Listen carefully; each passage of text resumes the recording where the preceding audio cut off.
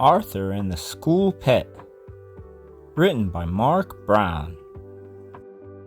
It was DW's last day of school before Christmas vacation. Who will take our gerbil home for the holidays? Mrs. Morgan asked. Not us, said Tommy and Timmy Tibble. Our grandmother said, never again. I'll take him, said DW. Great, said Miss Morgan. But remember, Speedy is Speedy. Oh, I'll be very careful, said DW. Arthur helped DW carry Speedy home in his cage. He's cute, said Arthur. He's smart too, said DW. I'm going to teach him tricks. He's not a dog, said Arthur. You can't teach gerbils tricks. DW kept Speedy in her room. You can't play with him, Arthur, she said. He might get away. But she played with him. She tried to teach him to stand on one paw. Be a ballerina, she told him, and I'll give you this cheese. But Speedy just wanted to eat the cheese. On Christmas Eve, DW put Speedy's cage under the tree. Santa will bring a present for Speedy too, she said. After DW went to bed, Arthur put a piece of cheese in Speedy's cage. Just in case Santa forgets, he said to himself. The next morning, DW ran to see what Santa had left her.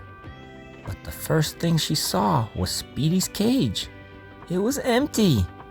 Help! She screamed. Speedy is gone! Everyone came running.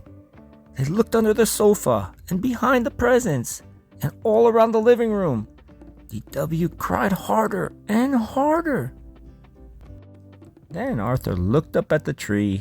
Look! Shouted Arthur. Speedy's on top of the tree. He was eating a piece of cheese and standing on one paw. Does he think he's a ballerina? Laughed Arthur. Yes, smarty pants, said DW. I taught him that trick. Somehow Speedy got out of his cage 3 more times. Once they found him under the cake box. He was eating carrot cake. Once they found him sleeping in DW's dollhouse. And once they found him in Arthur's snow boot. I am so glad that school starts tomorrow, said Mom. I need a vacation from that gerbil.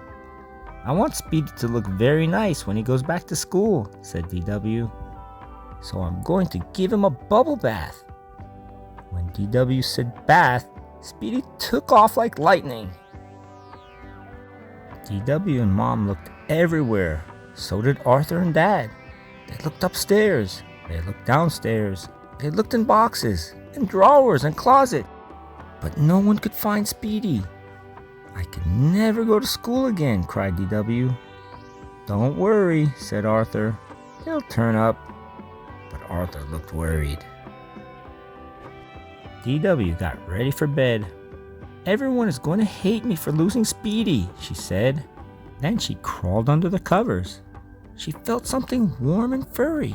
Speedy, she whispered. And there he was, hiding in her bed. DW arrived at school with Speedy in his cage. Was he much trouble? Asked Miss Morgan. No problem, said DW.